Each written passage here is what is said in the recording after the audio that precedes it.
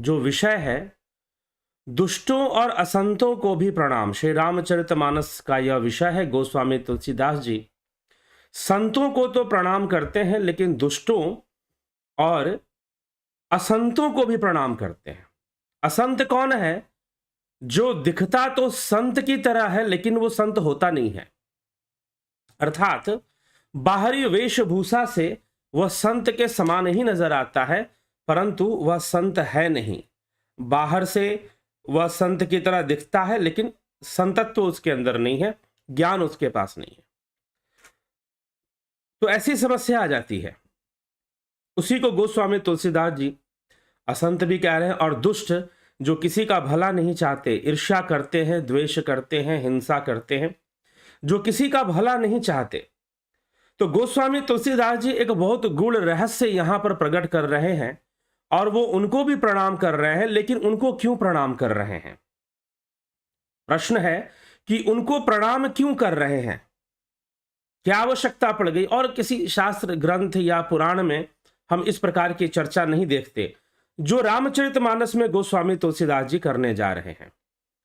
तो गोस्वामी जी दुष्टों को, असंतों को प्रणाम कर रहे हैं।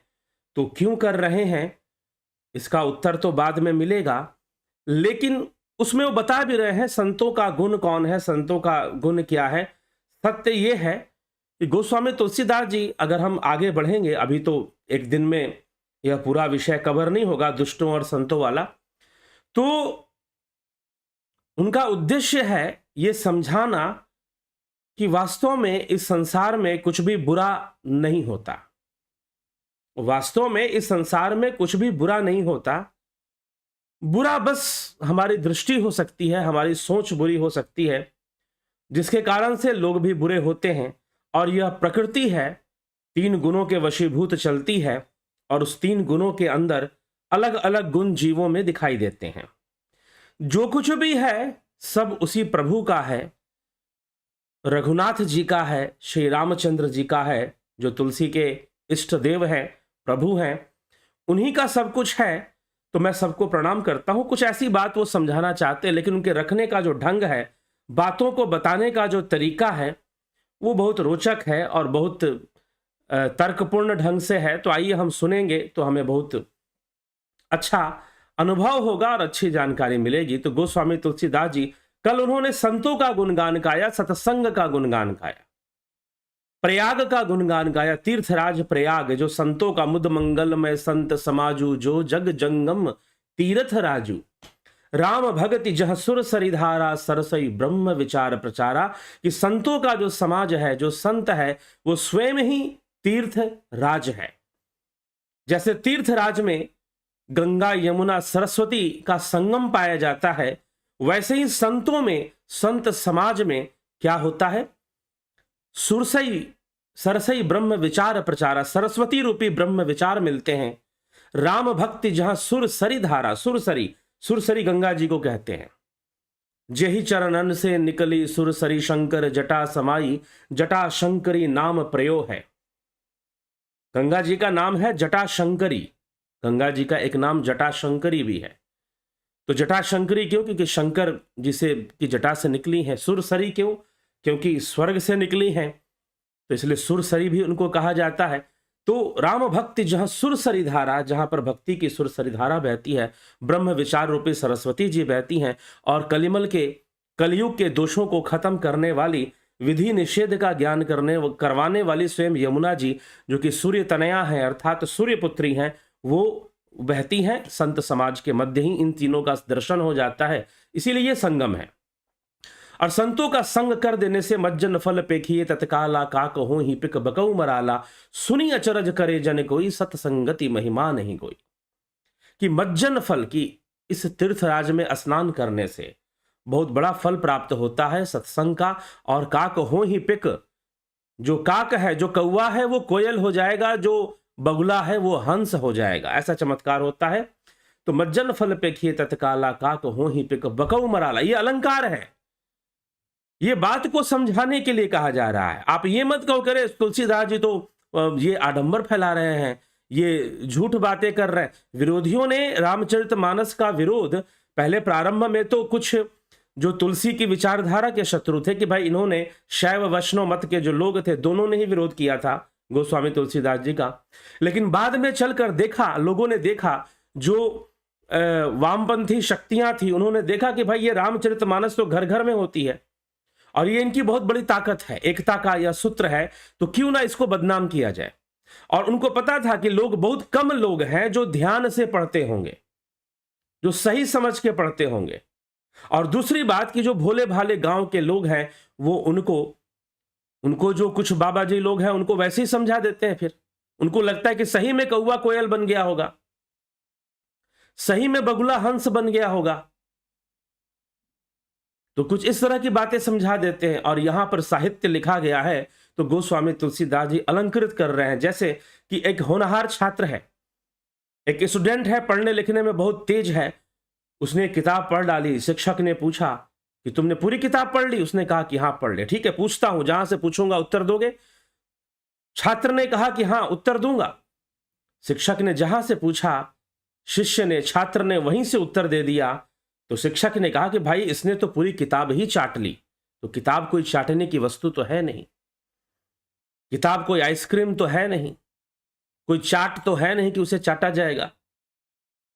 चाट ली कहने का मतलब पूरा स्मरण करें। तो अलंकृत भाषा का प्रयोग गोस्वामी तुलसीदास जी कहते हैं का कहो ही पिक बको मरा, समझाने के लिए कि आप सत्संग का इतना महत्व है, सत्संग का इतना प्रभाव है कि कौवा कोयल हो जाए और हंस बगुला जो है वो हंस हो जाए, इतना प्रभाव है। इस तरह समझाने के लिए, उसकी महिमा को रखने के लिए इस अलंकार का प्रयोग कर दिया गया, अलंकृत कर दिया गया भाषा में। ठीक है, उपमा दे दी गई और अलंकृत कर दिया गया उपमा के साथ।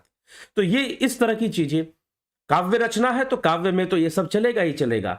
इसीलिए गलती से भी इसको ये ना समझ ले। इसलिए मैंने पहले के जो 3 वीडियोस हैं इस रामचरितमानस की सीरीज शुरू करने के पहले मैंने इन्हीं सब विषयों में समझाया है कि मानस पढ़ते समय किन बातों का ध्यान रखना चाहिए, किन बातों को समझना चाहिए। ठीक है, तो अब आगे चलते हैं। अब जो है संतों का गुणगान वो करते हैं और कहते हैं कि ब्रह्मा विष्णु शिव और कवि और पंडितों की वाणी में भी संत महिमा वर्णन करने में सकुचाती है, तो मैं भला कौन हूं जो संतों की महिमा गाऊंगा।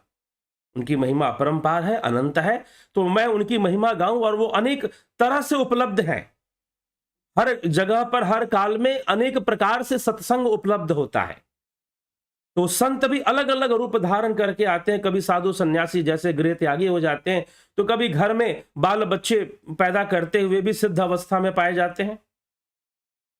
तो ये समझना थोड़ा सा कठिन है कि बाहरी रूप से हम कैसे कोई बात समझें और कैसे किसी निष्कर्ष तक पहुंचे। अगर बाहरी कोई वेशभूषा निश्चित कर दोगे तो गलत हो जाएगा। और गोस्वामी तुलसीदास जी बहुत अच्छे से इस बात को रख रहे हैं कि अरे भाई, ब्रह्मा विष्णु के द्वारा भी संत महिमा नहीं सही से हो पाती, तो मैं कौन होता हूं जो पूरी गा पाऊं। बस इतना समझ लो कि का कहो ही पिक बकऊ मराला, कि सतसंग से तो कौआ भी कोयल हो जाएगा और बगुला भी हंस हो जाएगा, इतनी महिमा है। फिर वो कहते हैं बंदो संत समान चित हित अनहित नहीं कोई, अंजलि गत शुभ सुमन जिमी सम सुगंध कर दोई। मैं संतों को प्रणाम करता हूं जिनके चित्त में समता है, जिनका ना कोई मित्र है ना कोई शत्रु है।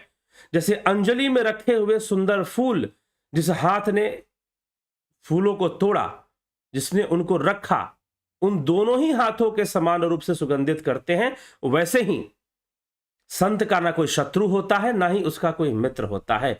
संत सरल चित जगत हित जानी, स्वभाव स्नेहु बाल विनय सुनी करी कृपा राम चरण रति देहु। संत सरल हृदय हैं और जगत के हितकारी हैं, वो जगत कल्याण की बात सोचते हैं।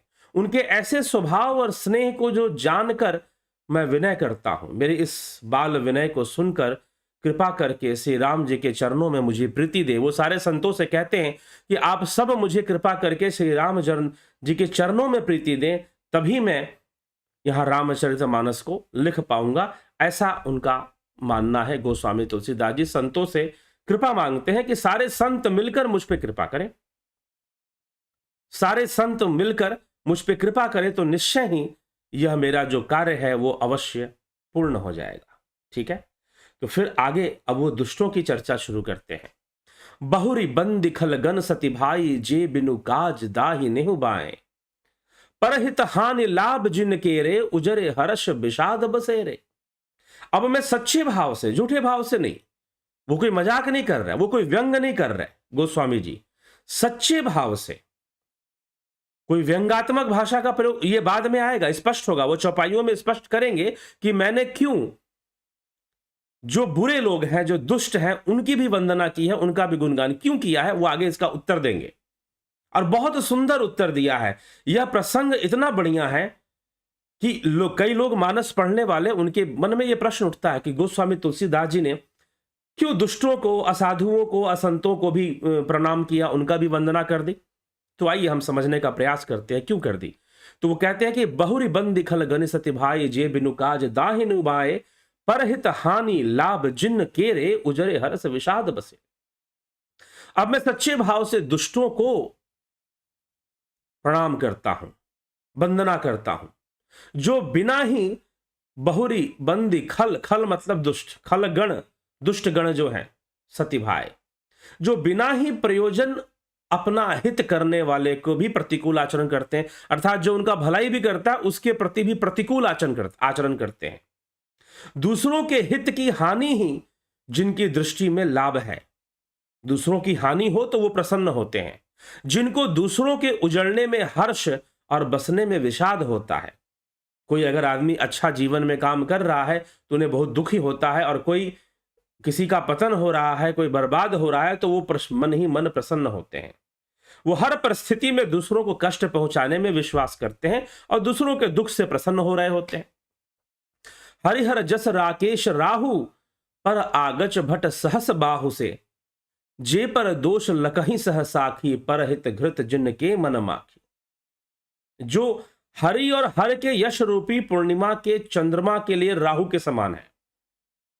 हरि और हर का जो हर और हरि का जो यश रूपी पूर्णिमा की चंद्रमा एक उपमा यहां पर ली गई है, उसके लिए जो राहु के समान है, अर्थात जहां कहीं भी प्रभु का यश होता है उसमें वो बाधा देते हैं और दूसरों की बुराई करने में सहस्र बाहु के समान वीर होते हैं।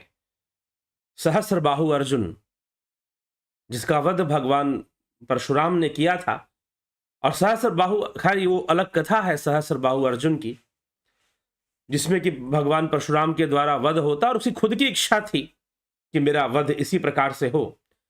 तो दूसरों की बुराई करने में वो सहस्र बाहु के समान वीर है, हजार भुजाओं वाला सहस्र बाहु के समान जो वीर है, जो दूसरों के दोषों को हजार आंखों से देखते हैं, मतलब किसी से मिलेंगे तो वो कमियां ही देखेंगे, वो कभी भी अच्छा ही नहीं देख पाएंगे।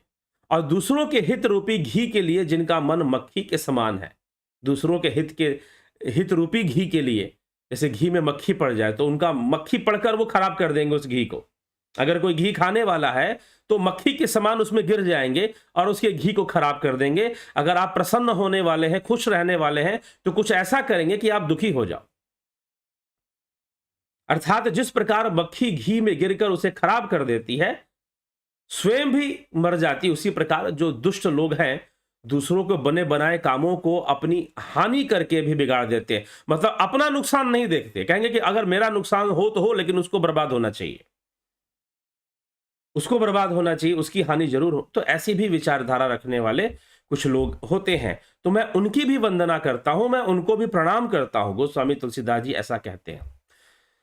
तेज कृषाणु, और सबसे पहली बात उन्होंने पहले ही एक बात कह दी है कि मैं सच्चे भाव से प्रणाम कर रहा हूं, यह कोई व्यंग वाली बात नहीं है। और वो क्यों सच्चे भाव से कह रहे हैं आगे वो बताएंगे। आगे बहुत सुंदर प्रसंग, इसका जब कंक्लूजन निकलेगा इस पूरी चर्चा का तो वो बताएंगे कि क्यों सच्चे भाव से वो, लेकिन अभी तो वो बस दुष्टों की वंदना कर रहे हैं और असंतों की, असाधुओं की वंदना कर रहे हैं।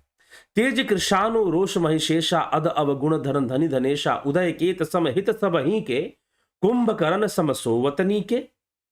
जो तेज में अग्नि और क्रोध में यमराज के समान है, पाप और अवगुण रूपी धन में कुबेर के समान धनी, जिसकी बढ़ती सभी के हित का नाश करने के लिए केतु के समान है। तो केतु जो क्या करता है, जीवन में अलगाव पैदा करता है। अगर धन भाव में केतु बैठ गया तो धन से दूर ले जाएगा, अगर विवाह भाव में बैठ गया तो विवाह से दूर ले जाता है। मतलब कि जिस भाव में बैठता है उससे अलग करता है। तो जिनकी बढ़ती सभी के हित के नाश करने के लिए केतु के समान है, और जिनकी कुंभकर्ण की तरह सोते रहने में ही भलाई है कि भैया तुम ऐसे जो दुष्ट लोग हैं वो सोते ही रहे, अवगुणी लोग हैं जो पाप करने में ही हमेशा आगे बढ़ते हैं, और उनके अंदर यमराज के समान क्रोध होता है बहुत अधिक। पाप और अवगुण रूपी धन में कुबेर के समान धनी है ये। अगर पाप और अवगुण को धनी मान लिया जाए, पाप और अवगुण को अगर धन मान लिया जाए, तो कुबेर के समान धनी लोग हैं ये। ऐसे भी दुष्ट लोग हैं, तो भला है कि ये सोते ही रहे तो बढ़िया है। ठीक, तीनों सोते ही भले, साकत, चोर और सांप। दुष्ट व्यक्ति, चोर व्यक्ति और सांप, ये तीनों सोते रहे तो अच्छा है, ऐसा भी कहा गया है कहीं पर पर अकाजु लगी तनु परिहरही, जिमि हिम उपल कृषि दली गरही, बंदौ खल जस शेष सरोषा, सहस बदन बरनई पर दोषा। जैसे ओले खेती का नाश कर देते हैं। अगर खेती आपने की है और उसमें अगर बर्फ गिर जाए, ओला गिर जाए, तो खेती का नाश करेंगे। आप भी गल जाएंगे और फसल को भी गला देंगे। वो स्वयं भी गल जाते हैं और फसल को भी गला देंगे। वैसे ही यह जो दुष्ट प्रवृत्ति के लोग हैं, वो दूसरों का काम बिगाड़ने के लिए अपने आप को भी बर्बाद कर लेंगे। खुद तो जीवन में कभी आगे बढ़ने की कोशिश नहीं करेंगे, और जो समय अपने आप को आगे बढ़ाने में लगाना था, वह दूसरों के टांग खींचने में लगा देंगे। जो समय उनको अपने आप को आगे बढ़ाने में लगाना था, वो उसमें न लगाकर दूसरों के टांग खींचने में लगा देंगे। तो ऐसे दुष्ट लोग, तो मैं दुष्टों को शेष जी के समान समझकर प्रणाम करता हूं। हजार मुख वाले शेष जी, जो पराये दोषों का हजार मुखों से बड़े रोष के साथ वर्णन करते हैं। ठीक है। पुनि प्रणवौ पृथुराज समाना, पर अग सुनई सहस दस काना, बहुरी सक्र सम बिनवौ ते ही, संतत सुरानिक हे हित जेहि। उनको राजा पृथु के समान जानकर प्रणाम करता हूं कि राजा पृथु ने भगवान से वरदान मांगा था कि आप मुझे भगवान का गुणगान सुनने के लिए 1000 कान दीजिए। लेकिन ये जो दुष्ट हैं, वो 1000 कान मांगते हैं दूसरों की निंदा सुनने के लिए, दूसरों के पाप सुनने के लिए। जो 10,000 कानों से दूसरों के पापों को सुनते हैं और जगह जगह जाके वर्णन करते हैं। फिर इंद्र के समान मानकर उनकी विनय करता हूं, जिनको सुरा जो है नीकी लगती है, मतलब अच्छी लगती है। संतत सुरा नीक हित जेहि, जिनको सुरा मतलब मदिरा जो है, शराब जो है बहुत अच्छी लगती है, उनको हितकारी महसूस होती है। तो ऐसे दुष्टों को मैं प्रणाम करता हूं। वचन वज्र जेहि सदा प्यारा, सहस नथन पर दोष निहारा। जिनके कठोर वचन रूपी वज्र सदा प्यारा लगता है, कठोर भाषा का प्रयोग करना उनको बड़ा पसंद है। और जो 1000 आंखों से दूसरों को दोष देखते रहते हैं, अपना जीवन इसी तरह से व्यतीत करते रहते हैं, मैं उनको बार बार प्रणाम करता हूं। मैं उनको बार बार प्रणाम करता हूं। उदासीन अरिमीत हित, सुनत चरहि खल रीति, जानी पानी जुग जोरी, जन बिनती करई सब प्रीति। दुष्टों की यह रीति है कि वे उदासीन, शत्रु अथवा मित्र, किसी का भी हित सुनकर जलते हैं। शत्रु तो शत्रु, अपने मित्र की सफलता भी उनसे बर्दाश्त नहीं होती। यह जानकर दोनों हाथ जोड़कर यह जन प्रेम पूर्वक उनसे विनय करता है। मैं उनसे विनय करता हूं। मैं अपनी दिसिकिन्न निहोरा, तिन्ह निज ओर न लाऊ भोरा, बायस पली ही अति अनुरागा, हो ही निरामिस कबहू की कागा। मैंने अपनी ओर से विनती की है, परंतु वे अपनी ओर से कमी नहीं चुकेंगे। मैंने तो उनसे विनती की है कि भाई आप भी मेरे ऊपर कृपा कीजिए, मैं रामचरितमानस लिखने जा रहा हूं, आप भी मुझ पर कृपा बनाए रखिए। मैंने उनसे विनती की है, लेकिन कौवा भला मांस खाना कहां छोड़ता है। परंतु वे अपनी ओर से कभी नहीं चुकेंगे। कौवों को बड़े प्रेम से पालिए, परंतु क्या कभी वो मांस त्यागी बन पाएंगे? कौवा कभी भी मांस त्यागी नहीं बन पाएगा। तो कितना भी मैं उनसे विनय कर लूं, उनके सामने प्रणाम कर लूं, वो तो अपने अनुसार ही वैसा ही बरतेंगे। बंदौ संत असज्जन चरना, दुख प्रद उभय बीच कछु बरना, बिछुरत एक प्राण हर लेहि, मिलत एक दुख दारुण देहि, उपजहि एक संग जगमाही, जलज जोक जिमि गुण बिलगाही, सुधा सुरा सम साधु असाधु, जनक एक जग जलदि अगाधु। अब मैं संत और असंत दोनों की चरणों की वंदना करता हूं। संतों की तो किया है पहले भी, अब असंतों को भी करता हूं। दोनों ही दुख देने वाले होते हैं। कैसे? संत जब जीवन से जाते हैं तब दुख देते हैं, असंत जब आता है तब दुख देता है। तो दुखप्रद उभय बीच कछु बरना, बिछुड़त एक प्राण हर लेनी। बिछुड़ना मतलब जाना, बिछुड़त एक प्राण हर ले ही, मिलत एक दुख दारुण देही। एक मिलने पर दुख देगा, मिलने पर दुख देते हैं। उपजही एक संग जग माही, वो एक ही साथ, संत और असंत एक ही साथ पैदा होते हैं। उपजही एक संग जग माही, जलज जोक जिमि गुण बिलगाही। जैसे तालाब में कमल का फूल भी खिलता है और जोंक भी घूमते हैं, उसमें जोंक भी रहते हैं। तो जलज जोंक जिमि गुण बिलगाही, अगर कमल का फूल तोड़ने जाओगे तो कमल तो तोड़ोगे, लेकिन साथ में जोंक भी चिपट जाएंगे। तो इस संसार में रहते हैं, वो साधुओं की तरह ही रहते हैं। और कई बार हो सकता है कि वो साधुओं के साथ ही रहते हों, जो संत हैं उनकी आड़ लेकर वो रहते हो। उपजही एक संग जग माही, जलज जोक जिमि गुण बिलगाही। सुधा सुरा सम साधु असाधु, जनक एक जग जलधि अगाधु। सुधा सुरा सम साधु असाधु। सुधा मतलब अमृत, सुरा मतलब मदिरा। जैसे अमृत और मदिरा है, सुधा और सुरा है, वैसे ही साधु और असाधु है। जैसे कमल का फूल और जोक है, दोनों एक ही पानी में रहते हैं, वैसे ही संत और असंत हैं संसार के अंदर। जनक एक जग जलधि अगाधु, एक जो है इस संसार से, भव सागर से पार उतारने वाला है, तो एक माया के चक्कर में डालने वाला है, एक डुबोने वाला है, एक फंसाने वाला है। एक पार उतारने वाला है तो एक फंसाने वाला है। भल अनभल निज निज कर दूती, लहस सुजस अपलोक विभूति। सुधा सुधा कर सुर सरी साधु, गरल अनल कलिमल सरी ब्यादु। गुण अवगुण जानत सब कोई, जो जेहि भाव नीक तेहि सोई। भले और बुरे अपनी अपनी करनी के अनुसार सुंदर यश और अपयश के, भाई अपने अपने कर्म के अनुसार लोग यश और अपयश की प्राप्ति करते हैं। अमृत चंद्रमा गंगा जी और साधु, सुधा सुधाकर सुरसरी साधु। सुधा सुधाकर सुरसरी साधु, अमृत चंद्रमा गंगा जी और साधु। एवं विष अग्नि गरल अनल कलिमल सरी ब्याधु। विष अग्नि और कलयुग, कलिमल माने कलयुग के पापों की नदी अर्थात कर्मनाशा रूपी नदी, और हिंसा करने वाले व्याध, इनके गुण अवगुण सब कोई जानते हैं, किंतु जिसे जो भाता है उसे वही अच्छा लगता है। सब जानते हैं कि कौन सा गुण है, कौन सा अवगुण है। लेकिन इसी प्रकार से संसार में जीव भी तो होते हैं, गुणों के वशीभूत अनेक प्रकार के जीव जन्म लेते हैं। तो कुछ अपने प्रारब्ध के कारण, अपने गुणों के कारण दुष्टों का संग करते हैं, असाधुओं का संग करते हैं, और कुछ साधुओं का संग करते हैं, कुछ सज्जनों का संग कर लेते हैं, कुछ सज्जनों का संग कर लेते हैं। ऐसा भी देखने में आता है। तो सुधा सुरासम साधु असाधु, ठीक ना, इस प्रकार से गोस्वामी जी यहां कह रहे हैं। सुधा सुधाकर सुरसरी साधु, गरल अनल कलिमल सरी ब्याधु। तो ये चलता रहता है। भलो भलाई पैलही लही निचाही नीचू, सुधा सराहिय अमरता गरल सराहिय मीचू। अर्थात भला भलाई ही ग्रहण करेगा, भाई जिसको भला, जो भला है वो भलाई ही ग्रहण करेगा, और जो नीच है वो नीचता को ही ग्रहण किए रहता है।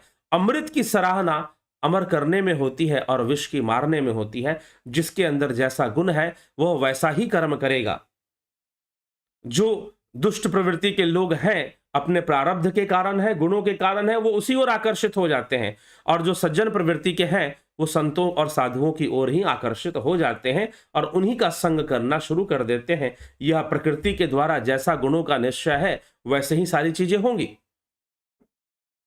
तो गोस्वामी तुलसीदास जी इस बात की घोषणा करते हैं। खल अघ अगुण साधु गुण गाहा, उभय अपार उदधि अवगाहा। तेहि ते कछु गुण दोष बखाने, संग्रह त्याग न बिनु पहचाने। दुष्टों के पापों और अवगुणों और साधुओं के गुणों की कथाएं दोनों ही अपार है, अथाह समुद्र के समान है। इसलिए कुछ गुण और दोषों का वर्णन किया गया है, क्योंकि बिना पहचाने उनका ग्रहण या त्याग तो नहीं हो सकता ना, कि भाई किसका ग्रहण करना है, किसका त्याग करना है। तो आपको पता होना चाहिए क्या विष है और क्या अमृत है, क्या विष है और क्या अमृत है। हाँ, अगर कोई विष है और अगर कोई अमृत है तो आपके अंदर उसके प्रति घृणा भाव नहीं होना चाहिए। कोई दुष्ट है और कोई संत है, तो जो संत है सबको समान दृष्टि से देखते हैं, इसलिए वो दुष्टों के प्रति भी कोई घृणा भाव नहीं रखते। लेकिन फिर भी ज्ञान होना चाहिए, पता होना चाहिए कि ये विष है और ये अमृत है। पता होना चाहिए कि ये साधु है और ये असाधु है, नहीं तो हमारा जीवन खतरे में पड़ सकता है। हमारा जीवन का बहुत ज्यादा समय, और खतरे में पड़ने से भी ज्यादा खतरा यह है कि बहुत सारा समय बर्बाद हो सकता है। दुष्टों का संग कर लेने से, असाधु का संग कर लेने से बहुत बड़ा समय बर्बाद हो सकता है। तो दुष्टों के पापों और अवगुणों की और साधुओं के गुणों की कथाएं दोनों ही अपार अथाह समुद्र के समान है। इससे कुछ गुण और दोषों का वर्णन बस यहां पर किया जा रहा है। भले उपोज सब विधि उपजाए, गणि गुण दोष वेद बिल गाए। कहा ही वेद इतिहास पुराना, विधि प्रपंच गुण अवगुण माना। भले बुरे सभी ब्रह्मा के पैदा किए हुए, सब ब्रह्मा के ही पैदा किए हुए हैं। पहले तो ये समझो सब विधाता से निकले हैं, भला हो चाहे बुरा हो। भले बुरे सभी ब्रह्मा के, भले भले उपोष सब विधि उपजाए, गणि गुण दोष वेद बिल खाए। विधि, यहां विधि उपजाए, विधि का मतलब विधाता के द्वारा, और ब्रह्मा को विधाता माना जाता है। तो यह भी कहते हैं कि भाई टीकाकार ने उसे ब्रह्मा लिख दिया है। लेकिन विधि उपजाए, भले उपोज सब विधि उपजाए, गणि गुण दोष वेद बिल गाए। कहा ही वेद इतिहास पुराना, विधि प्रपंच गुण अवगुण साना। तो भले बुरे सब विधि से ही आए हैं, विधाता से ही आए हैं, पर गुण और दोषों को विचार कर वेदों ने उनको अलग अलग करके बताया है। पुराणों ने उनको गुण और दोष के अनुसार अलग अलग करके बात बताया है। लेकिन यह संसार जो है, यह गुण और अवगुण से सनी हुई है। जो संसार है वह गुण और अवगुण से सनी हुई है। इसी को कहते हैं विधि प्रपंच गुण अवगुण साना। कहीं वेद इतिहास पुराना, विधि प्रपंच गुण अवगुण साना। कि विधाता ने, हमारे जो इतिहास पुराण जो समझा रहे हैं गुण अवगुण के बारे में, विधाता ने इन सभी गुण अवगुण को सान के रखा हुआ है, मिक्सअप करके रखा हुआ है। एक ही परिवार में एक पुत्र संत निकल जाए और एक पुत्र दुष्ट निकल जाए, ऐसी संभावना हो जाती है। एक भाई संत हो जाए और एक भाई दुष्ट हो जाए। अब हिरण्यकशिपु के घर में प्रहलाद, भक्त प्रहलाद का भी जन्म हुआ, तो ये सने हुए हैं। दुख सुख पाप पुण्य दिन राति, साधु असाधु सुजाति कुजाति, दानव देव उच्च अरु नीचु, अमीयसी जीवन माहिरु मीचु। माया ब्रह्म जीव जगदीशा, लक्ष्य अलक्ष्य रंग अवनीशा, काशी मगसुर सरिक्रम नाशा, मरु मारव महिदेव गवासा, सर्ग नरक अनुराग विरागा, निगाम गम गुण दोष विभागा। दुख सुख पाप पुण्य दिन रात, साधु असाधु सुजातु कुजातु, दान देवता ऊंच नीच, अमृत विष सुजीवन और मृत्यु, माया ब्रह्म जीव ईश्वर, संपत्ति दरिद्रता, रंक राजा, काशी मगध, गंगा करमनाशा, मारवाड़ मालवा ब्राह्मण कसाई, स्वर्ग नरक अनुराग वैराग। यह द्वैत चलता है, यह द्वैत चलता है। तो इस तरह से चीजें एक साथ बनी हुई है जो गुणी है। तो इसलिए इससे घृणा क्या करना, सब तो विधाता से बनी है, सब तो विधाता ने ही बनाई है और सब कुछ उसी के द्वारा बनी है। तो इसीलिए मैं किसी से घृणा का भाव नहीं रखता, और उनसे भी मैं प्रार्थना करता हूं। आगे गोस्वामी तुलसीदास जी इस विषय में और कुछ खोलने वाले हैं रहस्य। वो कहेंगे वास्तव में ना कहीं कोई गुण है और ना कहीं कोई अवगुण है, यह तो सब परिस्थितियों और प्रारब्ध से प्रकट हो रहे हैं। ठीक है, किसी परिस्थिति में, अब जैसे मान लीजिए कि कालिक है, कालिक अगर हवा का संग कर ले तो वो हवा में कालापन आ जाएगा और वो आपके चेहरे को काला कर देगा। लेकिन वही कालिक अगर उसकी स्याही बना ली जाए तो वो ग्रंथों को लिखने के काम आ जाएगा। ठीक है, ये तो आपके ऊपर निर्भर करता है। ये भी गोस्वामी तुलसीदास जी स्पष्ट करने वाले हैं। तो गुण क्या है, अवगुण क्या है, साधु असाधु कैसे हैं, बाहर से नहीं समझ सकते, बाहर से नहीं समझ सकते। इसलिए गोस्वामी जी वेश को भी, साधुओं की भी चर्चा करेंगे, वेश प्रपंच की भी चर्चा करेंगे, और अंत में यह भी बात स्पष्ट कर देंगे। तो ये सब विधाता ने सान के रखा है। सान मतलब मिक्स करके रखा है। अवधी भाषा में सानना बोलते हैं, जैसे कि आटा सान दो, लोग गूंथते हैं, ऐसे हिंदी में गूंथना बोलते हैं। लेकिन अवधी और इस अवधी क्षेत्र, भोजपुरी क्षेत्र में इसको सानना बोलते हैं। तो इसलिए यहां पर उन्होंने सानने की बात की है कि सबको सान के रखा है, मतलब गूंथ के रखा है, जैसे आटा गूंथते हैं ना वैसे। विधि प्रपंच गुण अवगुण साना, जैसे आपने पानी और आटा मिलाया और उसे गूंथ दिया, तो वैसे ही गुण और अवगुण को सान के रखा हुआ है, मिला के विधाता ने रखा हुआ है। ठीक है, आपके विवेक की परीक्षा लेने के लिए। तो आगे कहते हैं, जड़ चेतन गुण दोषमय विश्व किन्ह करतार संत हंस गुण गहि पय परिहरि वारि विकार। विधाता ने इस जड़ चेतन विश्व को गुण दोषमय से रचा है। इस संसार को जड़ और चेतन और गुण दोष से रचा है, किंतु जो संत प्रवृत्ति के लोग हैं वो हंस के समान है। जैसे दूध और पानी मिलाकर हंस को पिला दो तो हंस दूध पी लेगा और पानी छोड़ देगा। ठीक है, इसीलिए संतों को हंस कहा कि विधाता ने तो जड़ और चेतन, गुण दोष इन सबको मिला के रखा हुआ है, सान के रखा हुआ है, सान के रखा हुआ है। तो गोस्वामी तुलसीदास जी कहते हैं कि सबको मिक्स करके रखा हुआ है, गुण और दोष को, जड़ और चेतन को समझना मुश्किल है कि कौन किसमें कब गुण और किसमें कब दोष उत्पन्न हो जाए। अभी तो ये थोड़ा सा रहस्य इन्होंने प्रकट किया है, आगे इस विषय में और भारी भारी रहस्य प्रकट करेंगे चौपाइयों के माध्यम से।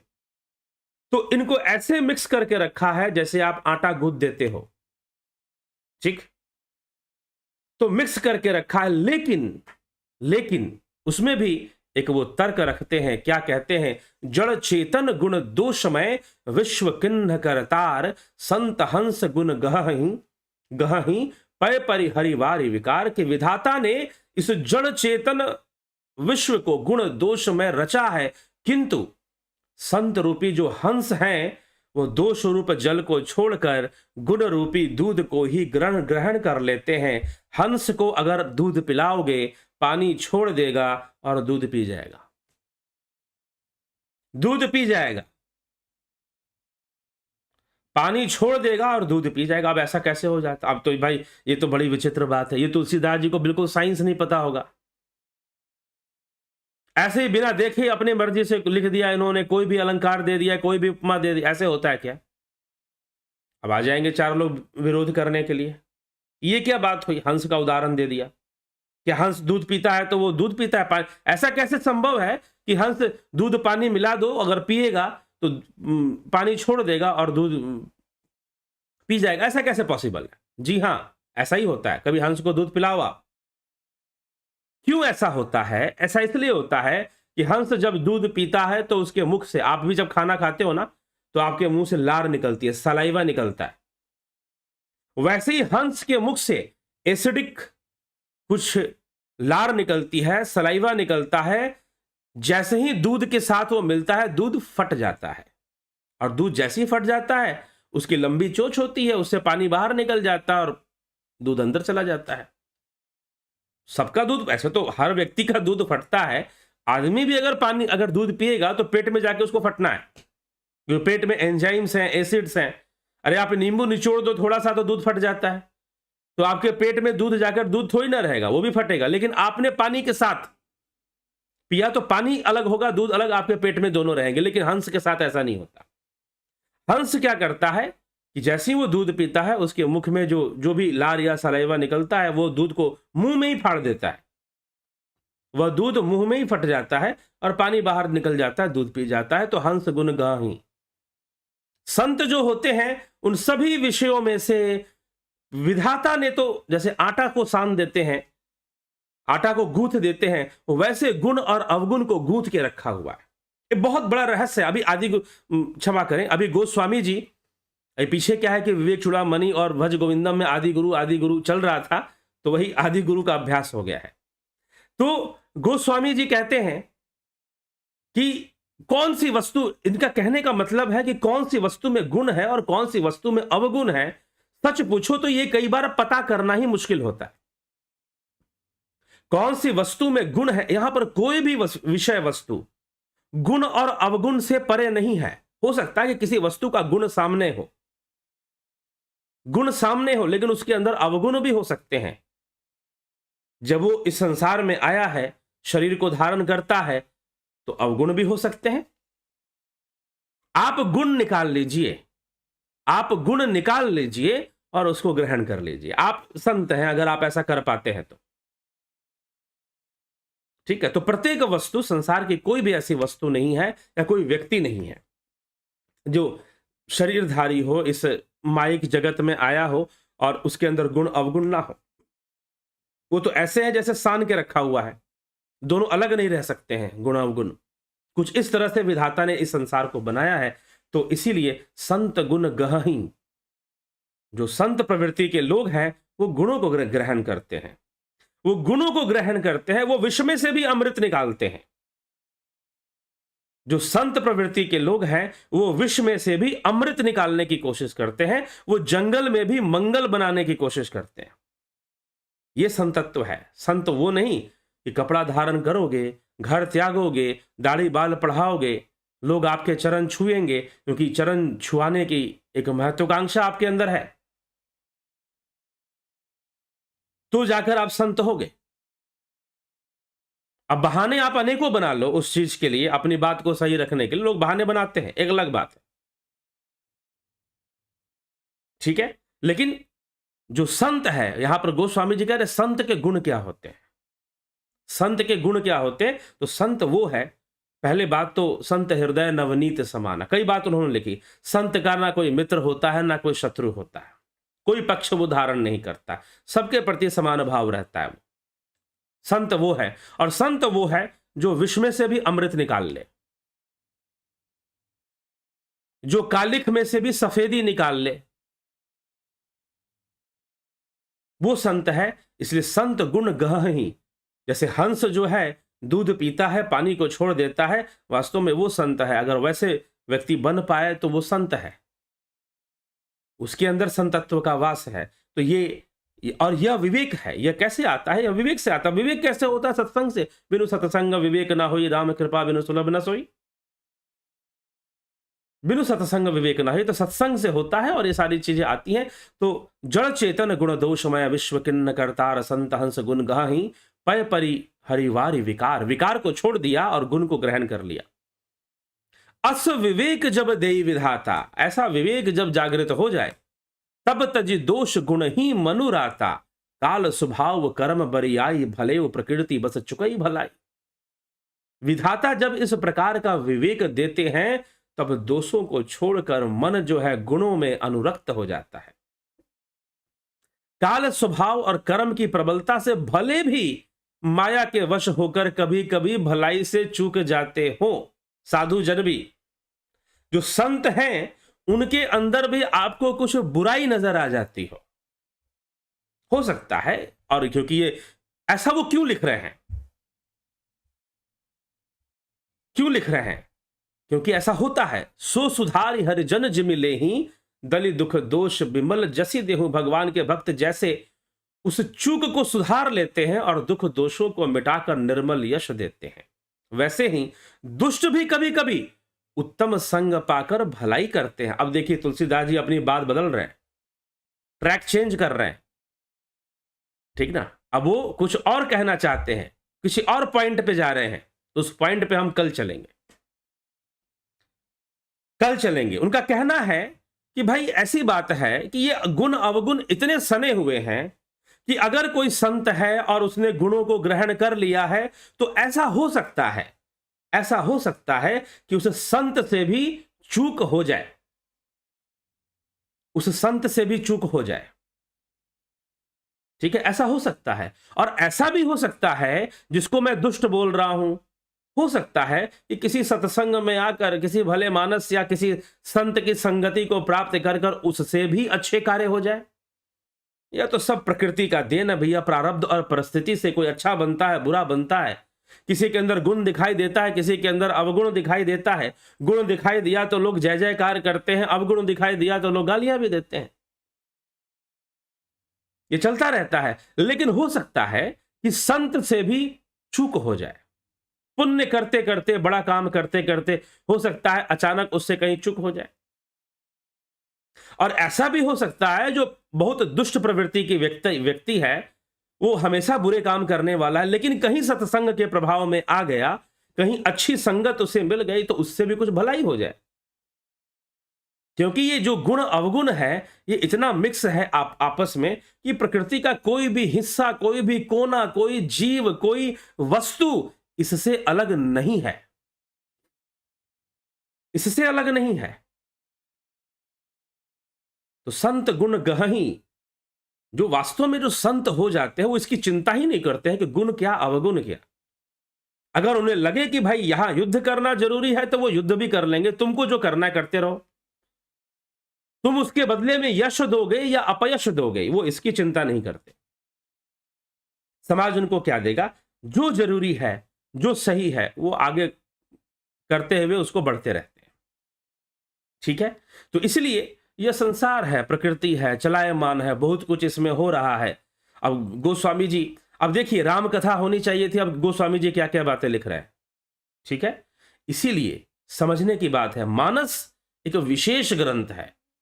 मानस को साधारण राम कथा या साधारण रामायण से मत तुलना करिए, इसलिए इसकी विशेषता इतनी बड़ी हुई है क्योंकि इसमें विवेक की बातें, समझ की बातें इतनी अधिक है और इतने सरलता से है कि इसीलिए कथा तक, जब भी आप ज्यादातर जो कथाएं हमारे देश में वाची जाती हैं, राम कथा विशेष करके या राम कथा वाचक जितने भी देश में हैं, लगभग वो मानस का आधार लेकर ही कथा करते हैं।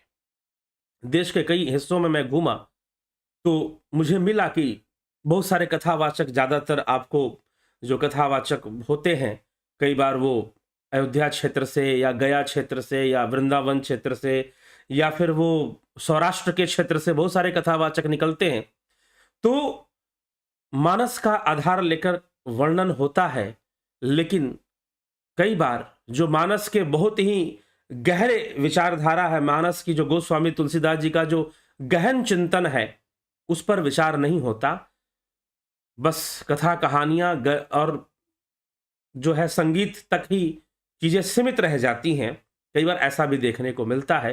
तो चलिए इसके माध्यम से, इस चर्चा के, लाइव चर्चा के माध्यम से हम गोस्वामी जी कौन कौन से हीरे मोती उन्होंने इकट्ठे किए हैं अपने रामचरितमानस में, उसको देखेंगे, उसको सुनेंगे, उसको समझेंगे।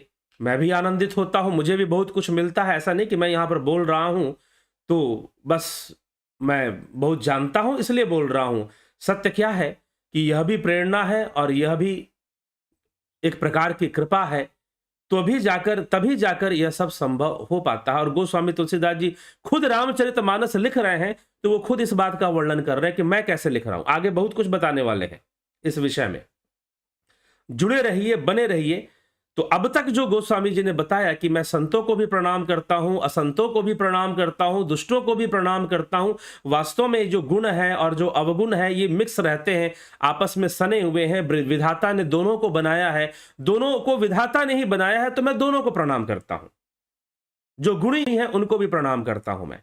ठीक है, और ये गुण अवगुण इतने मिक्स हैं आपस में, साना शब्द का प्रयोग किया है। गुण अवगुण साना, विधाता ने गुण अवगुण को सान के रखा है। सानना मतलब बहुत बढ़िया से मिक्स कर देना किसी चीज को, सिंपल मिक्सिंग नहीं। अवधी भाषा में सानना कहते हैं। विशेष रूप से लोग जब आटा गूंथते हैं तो उसको बोलते हैं आटा को सान देते हैं, अर्थात पानी और आटा को मिलाकर मिक्स कर कर वो उसको सान दिया करते हैं। तो इस तरह का भाषा का प्रयोग वहां पे किया जाता है।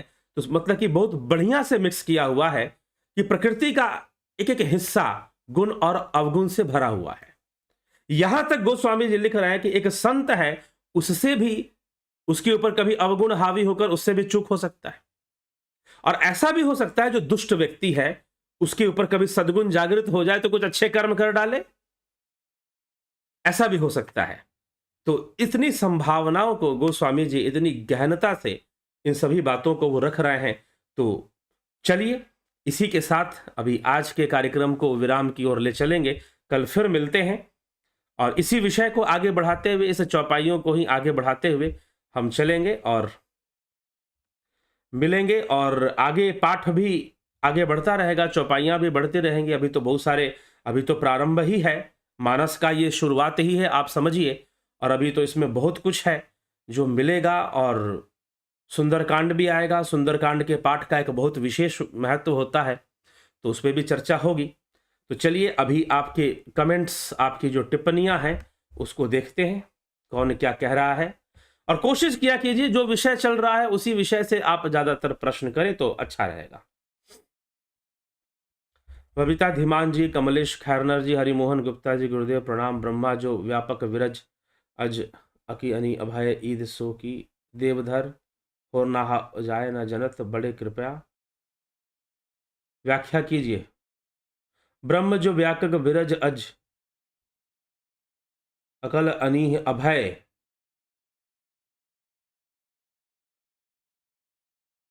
क्या कहना चाहते हैं? व्याख्या कीजिए। जब ये चौपाई आएगी तब इसकी व्याख्या होगी। अभी चौपाइयों पर अभी ऐसे ही व्याख्या चलेगी, अचानक से कोई चौपाई लेकर नहीं। ब्रह्म जो व्यापक बिरज अज अखिल अने अभेद, हाँ ऐसी चौपाई आती है। सोई अज प्रेम भक्ति बस, ऐसे करके भी लिखा है गोस्वामी तुलसी। कौशल्या के गोद ब्रह्म जो व्यापक बिरज अज, इस प्रकार से उन्होंने वर्णन किया है राम जन्म पर। और जो है ब्रह्म बताया है राम जी को, कहा है वही जो है उन्होंने ही जन्म ले लिया है कौशल्या जी के गोद में, इस प्रकार से लिखा है। उस पर व्याख्या आएगा, क्यों चिंता करते हैं, ठीक है। अभी उसमें समय है, जब वो प्रसंग आएगा तो उसकी व्याख्या आ गई। और उसमें तो पहले ही बता दिया मैंने कि ये विशिष्टा द्वैत की विचारधारा को है, लेकिन अवतारवाद की जब चर्चा करेंगे तो उसमें सभी विचारधाराओं को ले लिया जाएगा, चाहे वो आदि गुरु शंकराचार्य की विचारधारा हो और चाहे वो महर्षि पतंजलि की विचारधारा हो, क्योंकि मुख्य विषय समझना है, मुख्य विषय समझना है, ठीक है। और पहले ही मैंने कह दिया है कि मानस जो है वो शास्त्र सम्मत ग्रंथ है, और गोस्वामी तुलसीदास जी कह रहे हैं कि मैं शास्त्र सम्मत काव्य रचना कर रहा हूं, ना कि मैं शास्त्र लिख रहा हूं, ठीक है। तो इस बात को समझेंगे तो आज जब चर्चा आएगी तो, क्योंकि इस विषय में सिर्फ यही चौपाई नहीं, आगे पीछे और कौन कौन सी चौपाइयां उन्होंने समझाई है उसको भी तो समझना होगा, ऐसी थोड़ी ना व्याख्या हो जाएगी, ठीक है। चलिए, गणेश पवार जी बहुत अभिनंदन है आपका। उषा शर्मा जी, विक्रम सिंह जी, राजू पाल जी, अर्जन भाई चौहान, हरिमोहन गुप्ता जी, मिनु पक्ष चले सुने बिन काना कर बिन कर्म करे विधि नाना, ठीक है। संतोष देवी, अर्जन भाई चौहान, उषा श्रीवास्तव, अजीत अपराजित, विनोद कुमार सूद, अवनी प्रधान, माधुरी कोल्हे, गायन शर्मा जी, विक्रम सिंह और गौरव की तरफ से अभिनंदन है आपका। जय माता की, जय गुरुवर की। रूपलाल विश्वकर्मा, पूनम सिंगला, शिवम भट्ट, AK सिंह, जय श्री नायर, सीताराम माली, जलाराम रायका, भरत छबलानी, पिंटू वासवा जी, कन्हई कुमार जी, स्मिता सावंत जी, कुंभराम जी, बिमला शाह, दिलीप विश्वकर्मा, योगेंद्र पंडित, रमेश पेशवानी, पंकज सोनी, धर्मेंद्र शर्मा जी, मोहन रावत, अजीत श्रीवास्तव, अशोक गोयल, गोपाल दास, AK त्यागी जी बहुत अभिनंदन, भीखू कुशाड़िया जी, वैम्पायर गेमिंग, शालिनी चौहान, हरीश डंगवाल, राजकमल मिश्रा। क्या ध्यान योग कोर्स को मानस चर्चा की तरह लाइव करने से अनुचित होगा? जी हाँ, बिल्कुल अनुचित होगा, ठीक है, बिल्कुल ही अनुचित होगा। प्लीज मानस चर्चा की तरह हम लोग भी लाभान्वित हो जाए, नहीं हो पाएंगे, वो ऐसी चीज नहीं है कि आप उससे ऐसे इस प्रकार से लाभान्वित हो सके। गोपालाजी, मोहित राव, गुरु जी के चरणों में सादर प्रणाम। आपने कहा था ब्रह्मज्ञानी भी श्राप के केचुली के समान शरीर बदलते हैं, तो फिर मुक्ति और परम मुक्ति कैसे कहा जा सकता है? जो ब्रह्म स्थित हो गए हैं वो नहीं बदलते हैं, मैंने तो कह रखा है। आपने कहा सुना? मैंने तो ये कह रखा है जो ब्रह्म स्थित हो जाते हैं उनको फिर शरीर बदलने की कोई आवश्यकता नहीं, जब तक उनकी पूर्णता नहीं है, जब तक उनका योग पूर्ण नहीं हुआ तब तक शरीर बदलने की आवश्यकता है, उसके बाद कहां है, जब तक प्रारब्ध शेष है। रचना जी, निरपट भरत जी, निरपट जी, भरत छबलानी जी, महर्षि वशिष्ठ को कामधेनु गाय ले जाने पर क्रोध नहीं आया, लेकिन राजा नेमि को मृत्यु का श्राप दे दिया। हाँ ठीक है, वो समय अलग था, ये समय अलग था, वो अलग काल की गणना है। और तब ये तब की गणना है जब दोबारा उनको श्राप मिला और उर्वशी के गर्भ से जन्म लिए, तब जाकर उसके बाद की ये कथा है कामधेनु वाली, और वो अलग कथा है राजा जो आप नीमी वाली जो बात कर रहे हैं वो अलग कथा है, वो अलग, उनकी ये दूसरे जन्म की कथा है कामधेनु। सुधीर सिंह जी, पुराणों की कथा अनुसार बोल रहा हूं, वैसे कथाओं का उत्तर मैं देता नहीं हूं ज्यादा, क्योंकि मैंने खुद ही सारे कथाएं नहीं रट रखी, तो कहां से उत्तर दूंगा, लेकिन ये मुझे पता है इसलिए आपको बता रहा। ठीक, सुधीर सिंह जमवाल जी, सूर्यवंशी, अखिलेश टेलीकॉम, प्रेमदीप कुंवर, सतीश कुमार जी, शर्मानंद पंडित जी, उज्जवल छेत्री जी, ज्योति दत्ता जी। ओम नमः शिवाय, जय श्री राम, जय श्री राम, सबको जय श्री राम। और अभी मानस की चर्चा जो है, अभी आज की विषय पर विराम देते हैं और कल फिर 9 बजे एक नए विषय के साथ और गहन बातों के साथ ही गोस्वामी जी हर बात को लिखते हैं, उनके लिखने का अंदाज ही कुछ ऐसा है कि मानस की महिमा है हर बात को, तो इसीलिए।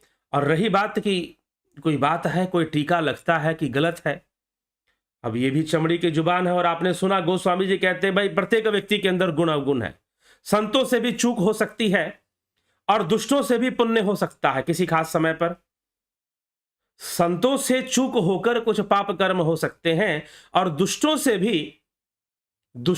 भी कुछ पुण्य हो सकता है। ठीक है, तो यह गोस्वामी जी ने लिखा हुआ, और आगे तो इस विषय में बहुत कुछ लिखने वाले हो। चलिए, यात्रा है, एक लंबी यात्रा है। मानस ऐसी चीज है कि अगर इसको सुनने लगे आप और इसमें मन लगने लगा तो मन भरेगा नहीं। ठीक है, इसलिए इस महाकाव्य की इतनी महिमा, इसलिए नहीं कि ये मात्र कविता है, हर काव्य रोचक नहीं होते, उनकी बातें सब में इतनी रोचक नहीं होती हैं। तो गोस्वामी जी ने जिस ढंग से लिखा है तो इसमें तो बहुत कुछ है, आगे मिलता जाएगा। कई रहस्य हैं, कई बातें हैं, और समाज की बातें हैं, जीवन की बातें हैं, एक एक्सेप्टेंस है बहुत सारी बातों का, हमें खुद समझना चाहिए। गोस्वामी तुलसीदास जी इन सब बातों को लिख रहे हैं कि हमें ही यही सब समझना है कि हम समझें और गुणों को धारण करें। आप किसी को गुरु भी बनाते हैं, मान लीजिए कि आपने गुरु धारण कर लिया, आजकल देखिए यही समस्या है। गुरु धारण करने के पहले मानस पढ़ लेना चाहिए, गुरु धारण करने के पहले विवेक चूड़ामणि पढ़ लेना चाहिए। जिसको भी गुरु धारण कर रहे हो उसका गुण ग्रहण करो, उसका ज्ञान ग्रहण करो। ऐसा नहीं है कि वो जो गुरु जो शरीर धारण किया उसमें कोई अवगुण नहीं होगा, ऐसा संभव नहीं। अवगुण तो होगा, अगर शरीर धारण किया है हाड़ मांस का, पंचभूतों का, तो उसमें अवगुण क्यों नहीं होगा। आप गुरु तत्व को धारण कीजिए, आप वो ज्ञान लीजिए। लेकिन इसलिए गोस्वामी जी यही सब बातें समझा रहे हैं और आगे अभी और इस पे चर्चा करने वाले इन्हीं सब विषयों पर। तो जुड़े रहिए, बने रहिए और समझते रहिए। मैं भी बहुत कुछ समझ रहा हूं, सीख रहा हूं, आप भी समझते रहिए। तो चलते हैं इस यात्रा में, बढ़ते हैं आगे। और किसी को कुछ बुरा लगे कि भाई कोई टीका मैंने गलत कर दी, नहीं भाई इसका अर्थ ऐसे नहीं होगा वैसे होगा, अगर आपको लगता है तो क्षमा कर दीजिएगा, चमड़ी की जुबान है ये, हो सकता है कहीं फिसल के ही गलत बोल जाऊं मैं, पता नहीं। अब गोस्वामी जी कह ही रहे हैं कि भाई गुण अवगुण तो साना हुआ है, विधाता ने गुण अवगुण को साना हुआ है, पता नहीं मेरे अवगुण कहीं आ जाए और वो निकल जाए और आपको बुरा लग जाए, तो इसीलिए पहले ही क्षमा मांग लेते हैं। ठीक है, चलिए, बहुत बहुत आभार आप सभी का। इसी के साथ विराम देते हैं, कल फिर मिलते हैं, विश्राम देते हैं। तो श्रृंखला है, चलेगी, विराम कहाँ होने वाला है, तो विश्राम देते हैं और कल फिर मिलते हैं 9 बजे लाइव चर्चा में।